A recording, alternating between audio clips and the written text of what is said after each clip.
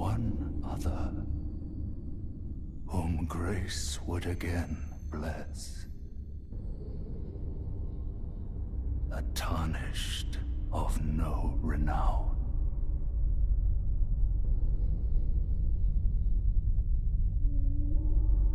Cross the fog to the lands between, to stand before the Elden Ring and become the Elden Lord. With so much importance placed on becoming the next Elden Lord, we still don't have a great grasp on what that exactly means. It's the common theme of start from nothing and become king. But what's unique is that we are not alone in this position of power. There is always our counterpart, Marika. Along our journey, we come to know there have been two other Elden Lords, for Queen Marika that is, and one other in the far distant past where civilization was just getting started. We also know that the Elden Lord is able to brandish the Elden Ring and enact their new order on the lands between. But why?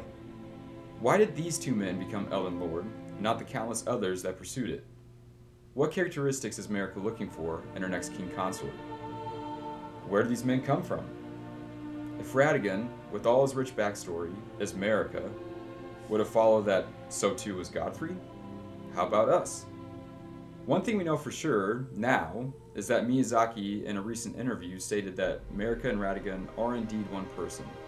Not two individuals who come together to form one person, but one person from the beginning. For some, this adds even more confusion to the story. To me, this made perfect sense with a theory put forth long ago. There are tons of incongruities within the game that make little to no sense, such as, how is it possible that each and every demigod is the direct offspring of Queen Marika? Ah, great runes are the stuff of demigods, the children of the goddess, Queen Marika, she who is vessel of the Elden Ring. Indeed. But remember one thing.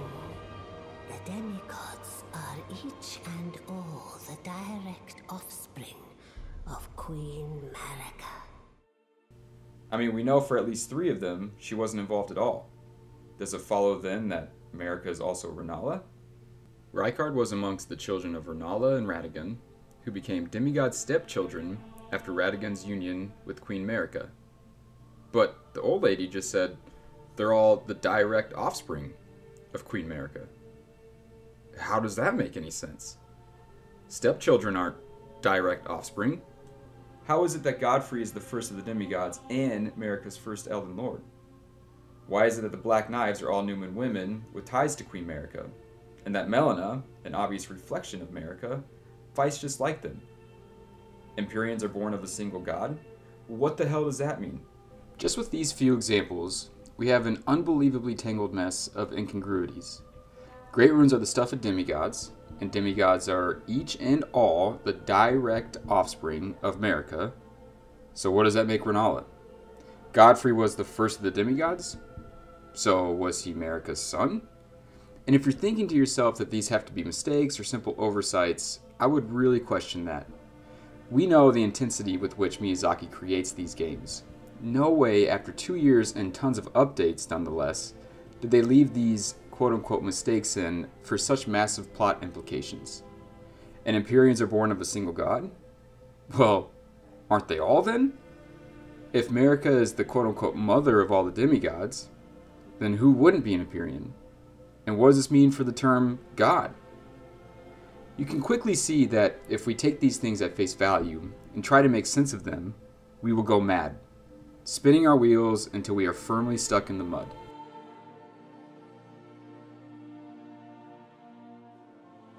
Where do we draw the line, and how do we make sense of all this?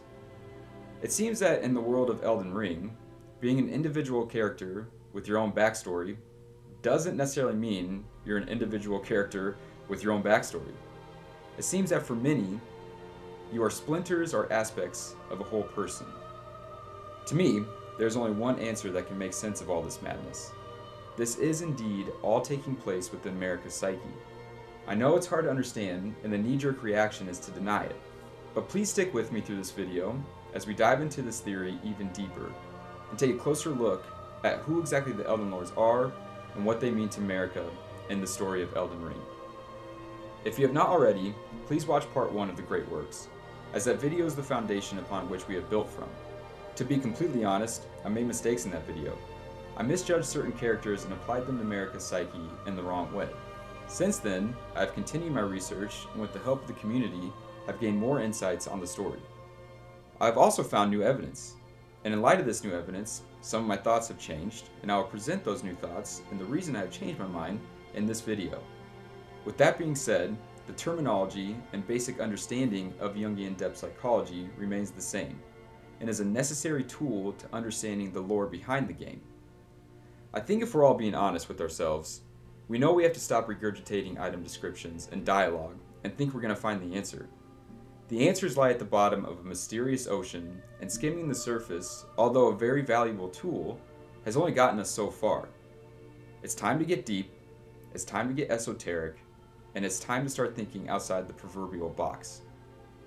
The story of Elden Ring has themes of Gnosticism, mysticism, mythology, astrology, alchemy, Christianity, and more.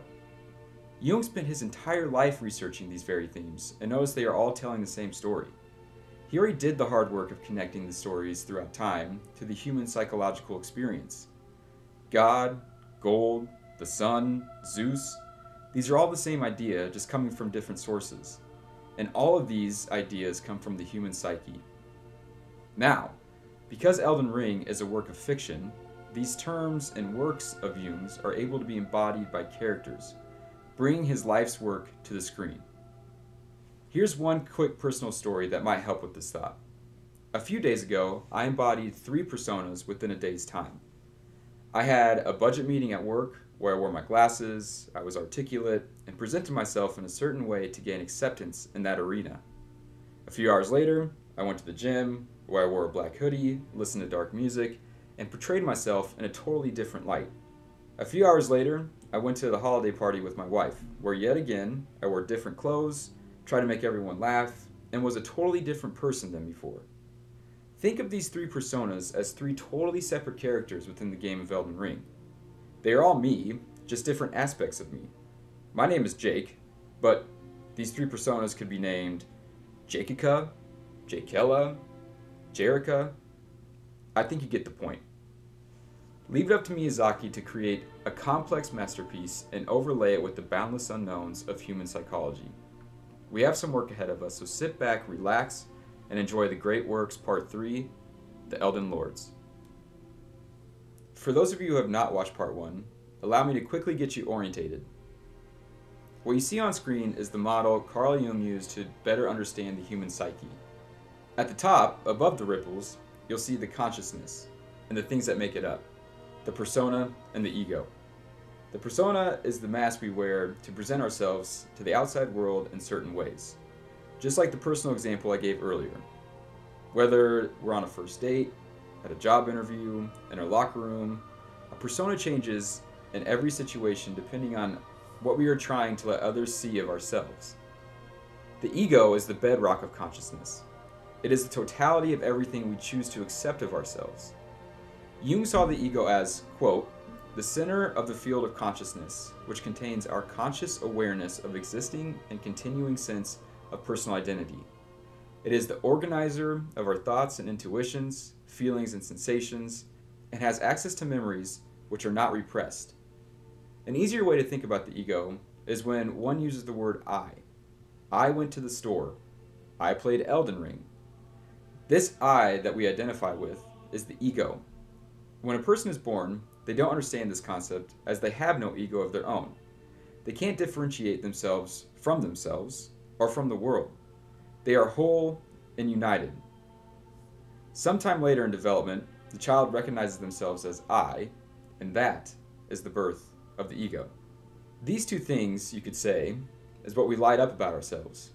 It's what we want and allow others to see about us. And not only others, but to ourselves as well. It's what we choose to focus on, what we choose to nourish. what we are aware of within us. Everything else gets left in the darkness of the unconscious. The birth of the ego is what causes divisions and fractures in our psyche.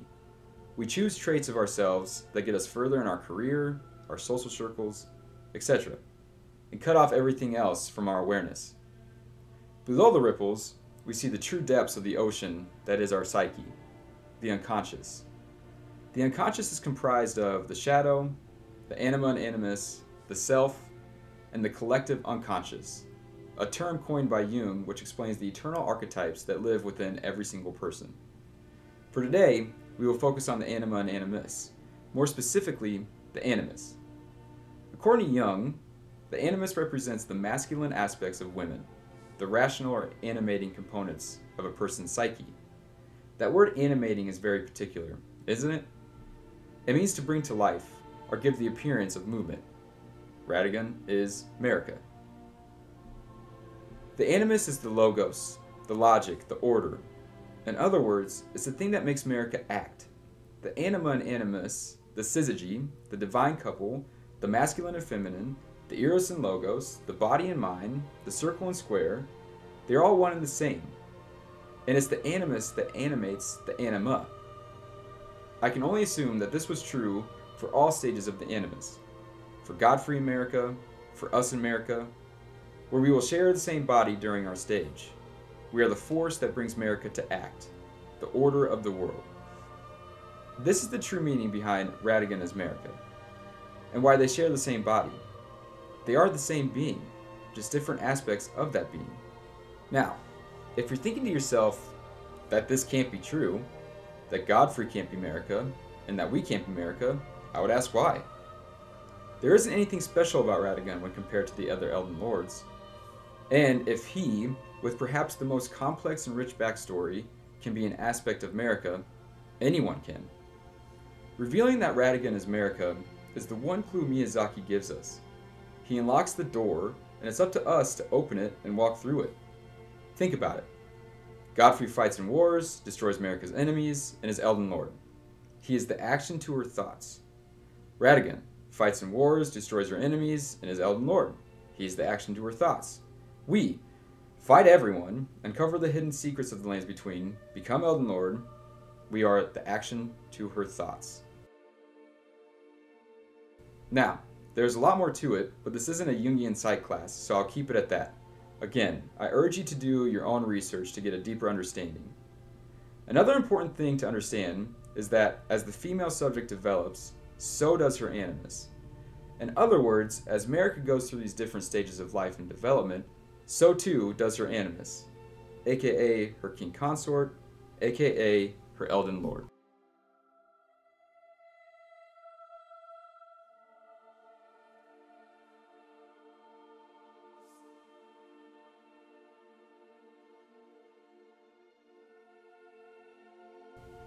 Let's put Placiduce 6 to the side for now. Although he was an Elden Lord, he certainly wasn't Queen Marika's Elden Lord. Placiboy sits outside the lands between, on an island of memories. Now, it's true that these memories are Marika's, but the god of that time is not Marika. I believe it's Melina, but we can save that for now. Now that we have that out of the way, let's begin this with what we know. There are tons of videos on Godfrey and his story, so I won't waste too much time going deep into his history, but there are a few things we must mention. Godfrey was and is a great warrior from the Badlands, a man whose physical prowess knows no equal. It's no secret that he values one thing and one thing only. Faith tarnished. Thy strength befits a crown. Strength. He believes the only quality needed to be Elden Lord is physical strength. He doesn't outthink his opponents, he doesn't strategize, he beats them to a bloody pulp. We don't know how or why, but he was summoned to be Marika's first Elden Lord. Much like Radagon, he is pulled into the lands between and is thrust into this position of power with little to no explanation as to why. We also know that Godfrey completely dominates all of Marika's foes, specifically the fire giants. Once he fulfilled this purpose, he was cast out of the lands between, his light left his eyes, and as mysteriously as he showed up, he was gone, with only statues to remember him by. Now, we know he also led the Long March as the leader of the Tarnished, but we don't and may never fully understand what this means. So, for now, we will leave it there. Godfrey, a great warrior whose sole quality is that of physical strength.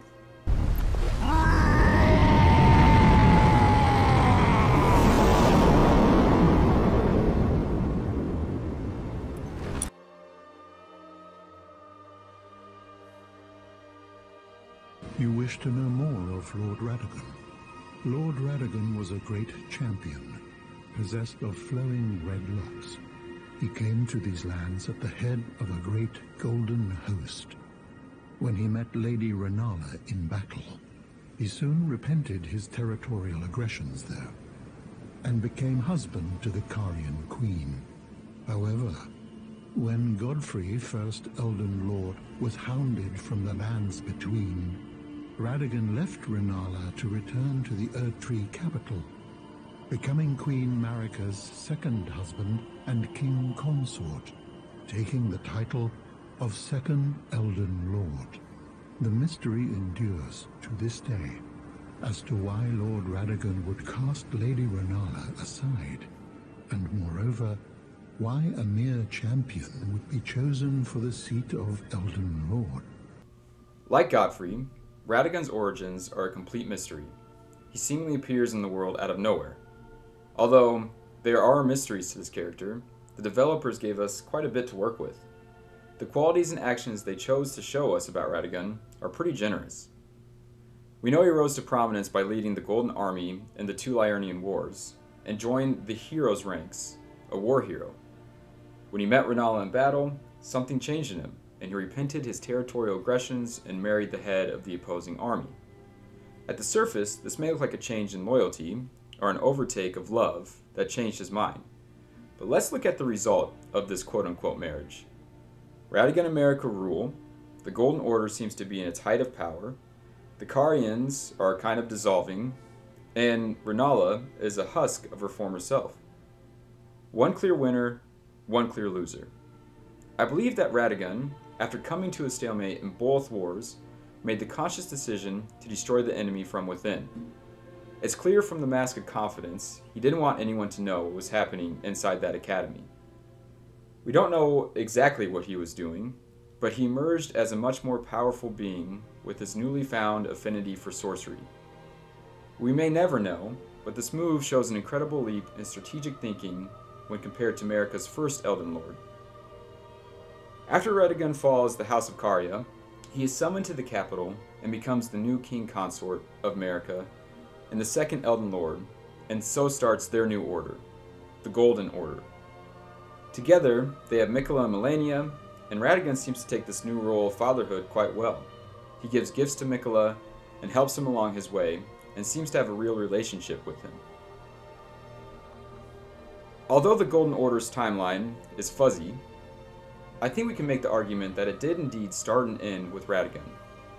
I'm not making the claim that the Golden Order wasn't a small religious subset that had its foundings prior to Radagon becoming Elden Lord, but I think it becoming the dominant way of life certainly occurred after Radagon became Elden Lord.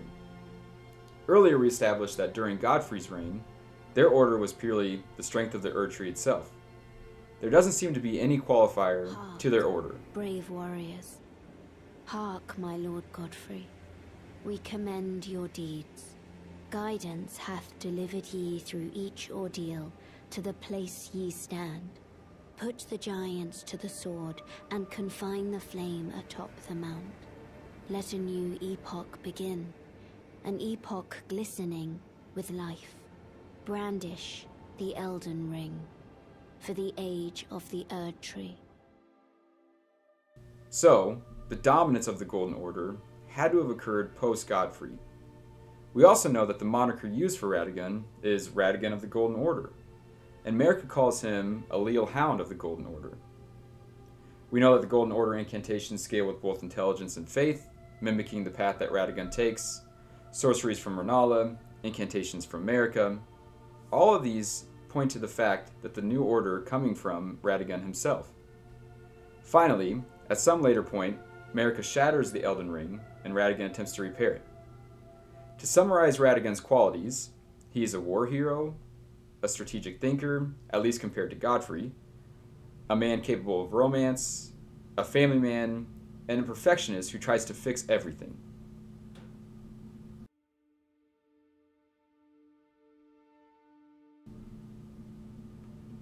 Then there's us, the player character. Yet again, our origins are clouded in mystery. We seem to appear straight out of the Erdtree itself. If we know that our destiny is to become the next Elden Lord, and this is where we come from, is it fair to assume that this is where our predecessors came from? I mean, we can choose our character's formal origins in the character creation section. We can come from the land of reeds, we can be a night folk, any number of backstories. Would this mean that any item description or oration of us would explain these backstory? It's impossible to say for sure, but I don't see why not. So, if we come from inside the Erdtree, I think it's fair to assume that so too did Godfrey and Radagon. More on this implication later. We don't really need to delve too deep into the player characters. That's who we are. It's the whole story of the game. We gain huge amounts of power and knowledge as we go through the world and learn the different shortcomings of the current order. We are collecting the Great Runes in order to mend the Elden Ring, and at the end of it all, we become the third Elden Lord, and with our newfound strength and knowledge, we choose the new order of the world. For all intents and purposes, we are the scholar of this world, desperately yearning for more information as to what the hell is happening in this world we have been thrust into. We aimlessly roam the world in search of bits of information to help us along our way. By the end, no one knows the world and history better than we do. We descend to the depths, we uncover hidden stories, we cross time itself, and ascend to the highest peaks to get a full understanding of the lands between. All of this information and experience gives us the insight needed to take the world in a new, better direction. One small thing I'd like to point is that I believe that Miyazaki is breaking the fourth wall.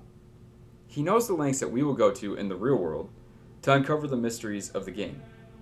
Us being a scholar both in-game as the PC and in real life as worshippers of this lore is a brilliant piece of storytelling.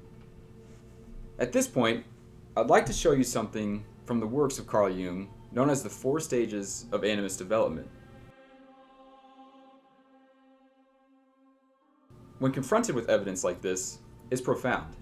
This is one of the very few times where there is no sleight of hand, no unnecessary workarounds. It is quite literally a one-to-one explanation of the qualities portrayed by the Elden Lords. In a game full of mystery, the information we get on the Elden Lords overlaps with these stages perfectly.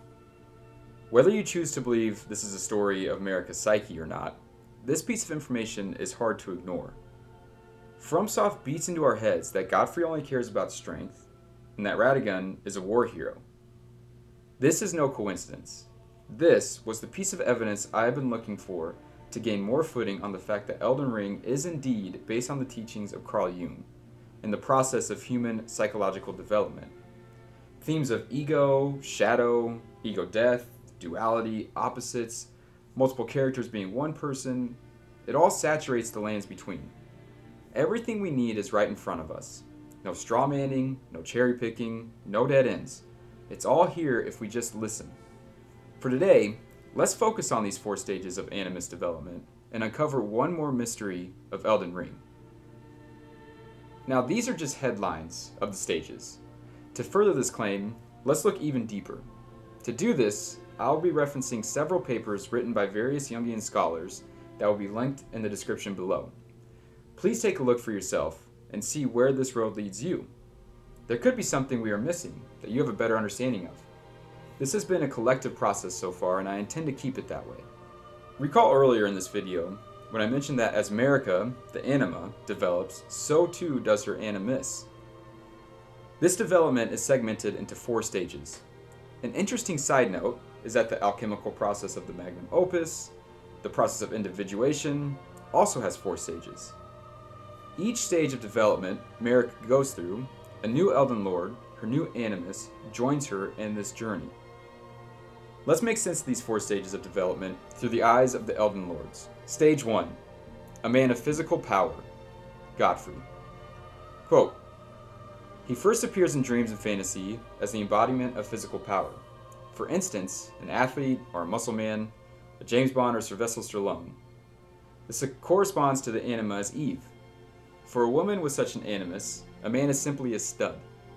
He exists to give her physical satisfaction, protection, and children. Earlier, we stated that Godfrey's sole purpose was to help develop the Erd Tree and remove any opposition standing in its way. By the end of Godfrey's reign, the Erd Tree stands tall as a beacon of the lands between. We also know that Godfrey has close ties with the Crucible, the primordial form of the Erd Tree, and where all life is blended together. And, by the end of Godfrey's reign, the Erd Tree has fully bloomed from the Crucible and has no equal or opposition. Quote, "In the conscious, everything is united. When the conscious arises out of the unconscious, it is divided into opposites." End quote. What we can gather from the Crucible, Godfrey, and the Erd Tree is that they are all symbols of the psyche. The Crucible and the unconscious are all one and the same. A place where there lives no division, a place of unity. To make sense of this timeline with respect to Marika, the unconscious is the realm of children. Children operate in the unconsciousness until they are able to recognize themselves as I or me. Thus is the consciousness born. So the Crucible era is when Marika was still operating completely in the unconscious of her psyche. This is when Marika is a child. At some point, she develops her consciousness, and out of that came the ego, and the symbol of that is the Erd Tree, standing stoically, golden, and illusory. Quote, "The ego is only an illusion, but a very influential one. Letting the ego illusion become your identity can prevent you from knowing your true self." End quote. Carl Jung describes the ego as an ever-evolving, growing thing. Life experiences are absorbed into it, processed, and understood. Once Marika has developed a strong ego, and the Erd Tree stands atop the hierarchy, she no longer has a need for Godfrey, and hounds him from the lands between, along with his warriors, becoming the first of the Tarnished. A quick tangent here is that Tarnished seems to simply mean just this, not a valuable resource to Marika at that time. Something she cast out of her conscious awareness and moves into her unconscious. When Marika says, Marika's own words, "My lord, and thy warriors, I divest each of thee of thy grace. With thine eyes dimmed, ye will be driven from the lands between. Ye will wage war in a land afar, where ye will live and die. Well, perhaps that might serve you in lieu of a maid. Then, after thy death, I will give back what I once claimed, return to the lands between, wage war, and brandish the Elden Ring, grow strong in the face of death. Warriors of my lord, Lord Godfrey."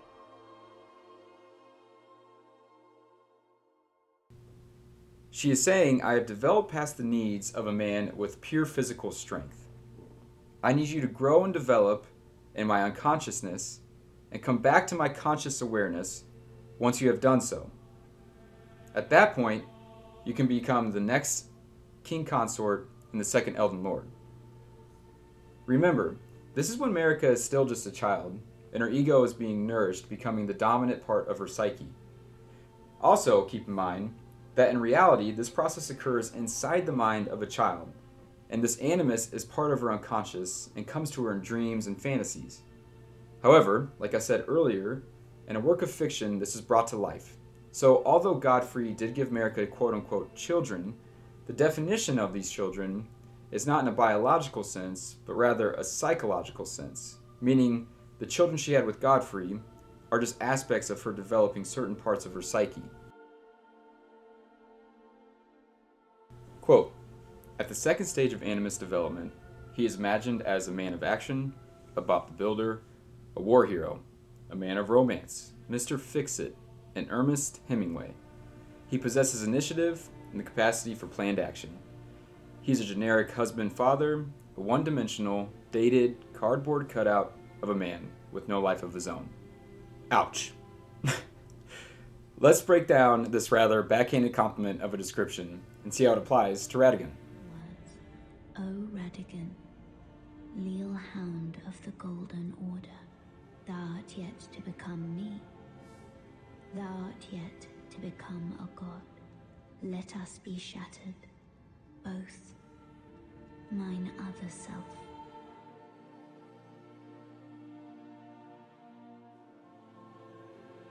The reason behind that disdain in Marika's voice, referring to Radagon as a leal hound, is because he is just a puppet. He has no thoughts of his own, stuck in others' ideology, and loyal to a fault. He sees someone do something, and then mimics them. Rennala in magic, Marika in incantations. He is unoriginal. He is clearly a war hero, as stated several times by various sources. When I read the Mr. Fix-It and Bob the Builder analogy, it really hit home for Radagon. The very few things we know about him include him desperately trying to fix the Elden Ring, and with what? A goddamned hammer of all things. If you put some overalls on that man, he is Bob the Builder. It's interesting that the one time we see Radagon animated, outside of his very unemotional cardboard-like boss fight, he is wielding a hammer trying to fix the Elden Ring. Another quality is that he is a generic husband and father. And if you recall earlier in this video, we established that he was a decent father helping his son throughout his life. Although Radagon is shrouded in mystery, the qualities the storytellers choose to share and the interactions we have with him match the second stage nearly to a T. So what does this mean for Marika? Well, clearly she's in the second stage as well, as evidenced by her animus being in this stage. In the first stage, Marika is still quite young and just developing her consciousness. Here we see that continuing. She is further developing her ego and persona and pruning herself in a very particular way. She is showing the world and herself exactly what she wants them to see. We know the Golden Order is created when the Rune of Death is plucked from the Elden Ring, and the Golden Order is tied to Radagon, just like the Crucible is tied to Godfrey. This shows that Marika is still forming this persona and ego of hers, cutting more and more of herself away and falling further and further into this dogmatic faith. And the traits of herself that are getting pruned, you may ask? They go into her shadow. My guess is this is when she took on the persona of the Eternal. Just as her animus, her animating force, the thing that calls her to act, has more initiative and assertiveness, so too does Marika, albeit still very naive. She's making decisions and acting out, but is still completely unaware of who she really is. This stage is the height of Marika's megalomania, of her narcissism, of her ego possession. However, something happens to Marika, something that rocks her to her core, something that causes her to lose faith in the doctrine she once believed in. She begins her inward journey. This inward journey starts with something called the dark night of the soul. This journey of individuation, starting with ego death and psychological dismemberment, will soon get its own video, as there is way too much to cover. But I don't think it's a coincidence that the events of this game start with the Night of Black Knives, where Godwyn the Golden is killed, and starts to change the very landscape of the Erdtree and lands between.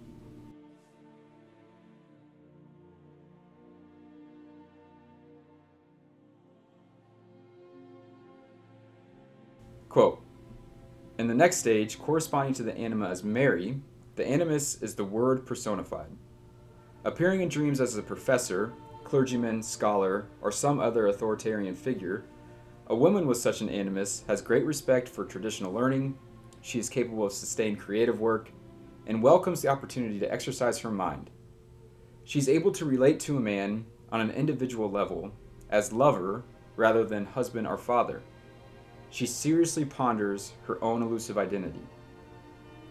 That last sentence is incredibly important. She seriously ponders her own elusive identity.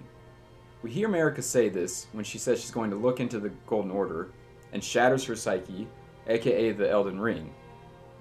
She's looking inward and pondering who she really is. In Marika's own words, I declare mine intent to search the depths of the Golden Order through understanding of the proper way.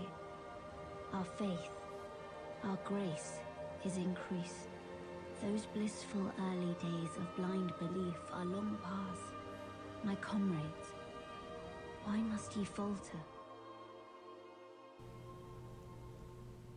Her bedchamber is filled with books alluding to the fact that she is searching for something, searching for the lost meaning in her life, yearning to make sense of her life.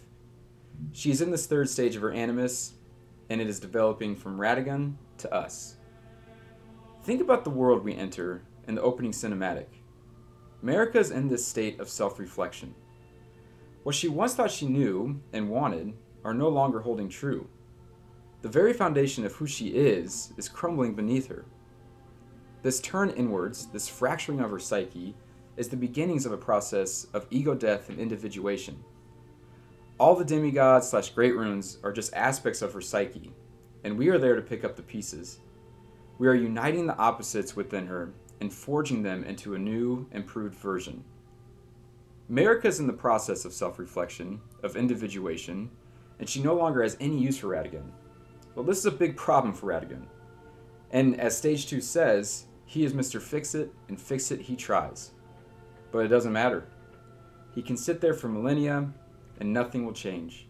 He will never fix the Elden Ring, and he will never remain the Elden Lord.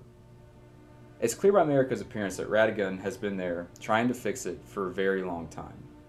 Eventually, we make it to their retreat. We kill the god, end their order, and with the knowledge we gained, start a new order for the world. We become Marika.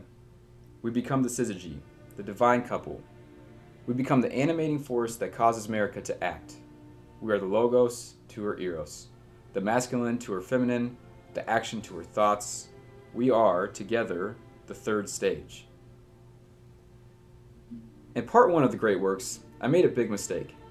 I stated that the Elden Beast was the self of Marika's psyche, the self being the godlike entity that lives within each of us. It is our true, individuated, authentic self. It holds all the aspects of our conscious and unconscious within it. But that assertion was wrong. I know now, probably, maybe, that the Elden Beast is the soul of Radagon. According to Jung, at times you can refer to the animus as a woman's soul. And what do we know about killing characters in Elden Ring? Well, we need to kill both their body and soul. The Elden Beast is the manifestation of Radagon's soul. We have to kill both the body and soul in order to free Marika from this prison. This is why the final boss fight includes both Radagon the man and the Elden Beast in one. Look at the state we see Marika in inside the Erdtree. Hanging by a rune arc, which we know to be a weapon of the Elden Beast, and stabbed through the womb with this red sword thingy. She is being held captive by both the body and soul of Radagon. Now, this captivity of Marika's is all of her own doing. Remember, the animus is just the action to Marika's thoughts. This inward turn, the state of reflection, can take a very long time. In fact, some people don't come out of it at all. Think about someone in your life that has gone through a crisis or traumatic event. They usually retreat into their own psyches, looking for an answer or reason. When they come out of this state, they are usually a totally different person, sometimes for the better, sometimes for the worse. Let's look at a few figures that nearly made it to the throne of Elden Lord. Vike and Bernal. Both of these men were well on their way to power when tragedy struck them. Their maidens were each killed. This crisis, this trauma, shatters their world, and they too start this state of self-reflection. You see Vike stuck in an Everjail, a symbol that his former self is gone, locked away. Vike didn't finish his magnum opus, his individuation. He never found his inner gold. What he did find was madness. He renounced everything he once knew and loved, and madness was the only thing he knew. The state of revenge, of chaos, became his god, the thing that rules his life. This same story happens over and over. Like Oscar, for example. His daughter was murdered, and he turned to revenge, to chaos, renouncing all else. Bernal, a serious Elden Lord contender, made it all the way to Fair Missoula, where tragedy, yet again, befell him. A serious, significant loss occurs, and he turns to blasphemy, rejecting the world and the gods. This game is centered around the theme of transformation, and how one responds to a crisis.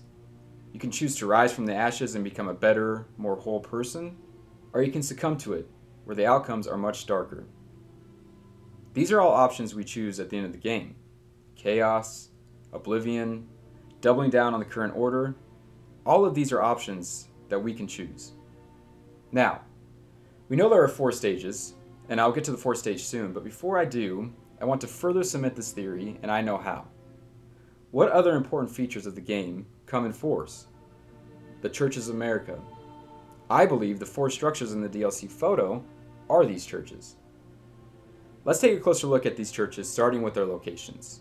But before we do, there are some clues in the map that must be mentioned. First and foremost, the map is a fetus in a womb. It just is. You can see the head here, the nose and eyes here, and even an umbilical cord. I can't even begin to tell you the symbolic importance of a mother's womb within alchemy, religion, psychology, and every other theme in this game. With a story about human development, about transformation, childbirth and loss, it makes perfect sense that the map would reflect that. It also has different stages of brain development and various water features on the map, correlating to the stages of development Marika is in. In the mountaintops of the Giants, there is a water feature directly next to the first church of Marika that looks identical to a fetal brain. In Lindell, there is a much more developed brain next to the Earth Tree. These elements are sprinkled everywhere within the map. And now that we have that covered and the importance of them, let's look at these churches of Marika. The first church of Marika is located in the mountaintops of the Giants, and this is Godfrey's stage. It's no accident that the first church is here, and right next to an illustration of a fetal brain. This gives us the information that the church is very early on in Marika's development. We also know that Godfrey's major purpose was to defeat the Giants here. This first church of Marika corresponds to her first stage of Animus, Godfrey. We also know that Godfrey is related to the Crucible, and the Crucible is related to the unconscious, and the unconscious is related to children. The second church of Marika, located in the Altus Plateau, Radagon stage. In the second stage, Marika is becoming her own individual person. She's making decisions and forming her own ego. Remember, the second stage of the Animus is a more romantic individual. Alright, let's look where the second church is at. It's located in the Altus Plateau, the area of the capital. We see another brain scan, but it's much more developed, showing Marika's progression. More importantly is what's inside of the church itself. Blood and roses. Miyazaki is no stranger to menstruation and the themes surrounding it. This is where Marika is going through puberty and blossoming into her own individual woman. Also, blood, roses, the area of the map, they're all red, reflecting the stage of Radagon. The third church of Marika, located in the Mistwoods. Us. This is the area which the lands between open up, and we discover the hidden truth that the two fingers can be killed and their hold on Marika can be released. This is symbolic of this inward journey Marika is on.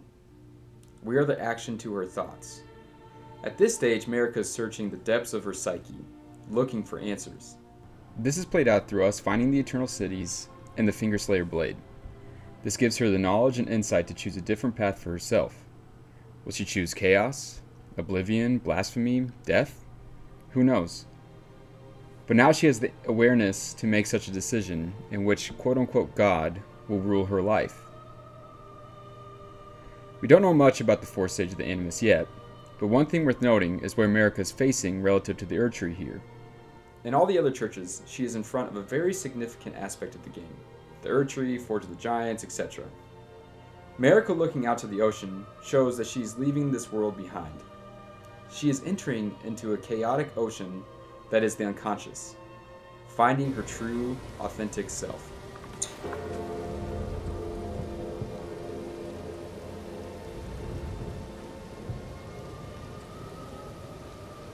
The other thing worth noting here is the sound. The church bells tolling. The church bells tolling are for Marika's former ego, as by the time she gets through this fourth and final stage, she has undergone ego death. This ego is brought to life in-game as the Golden One, Godwin. More on this in a later video.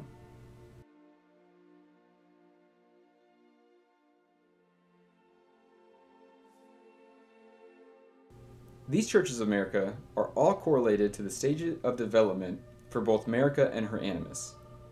They each hold significance for the Elden Lord they are associated with. Godfrey in the mountaintops of the giants, Radagon in the Erdtree, us in the secrets of the eternal cities. So who will this fourth church be associated with? I hope by now I have made the connection between the concept of the Animus and the Elden Lords very clear. The Elden Lords and the Animus are one and the same. We are the acting force to Marika's thoughts.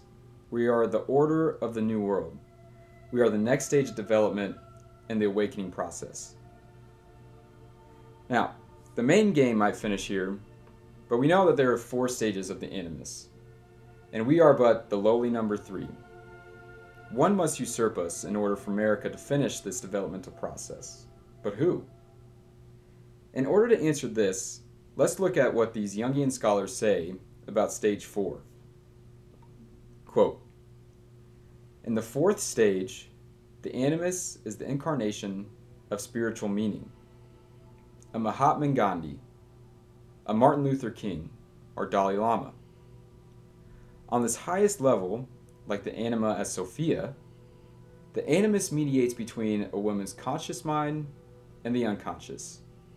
In mythology, he appears as Hermes, messenger of the gods. In dreams, he is a helpful guide.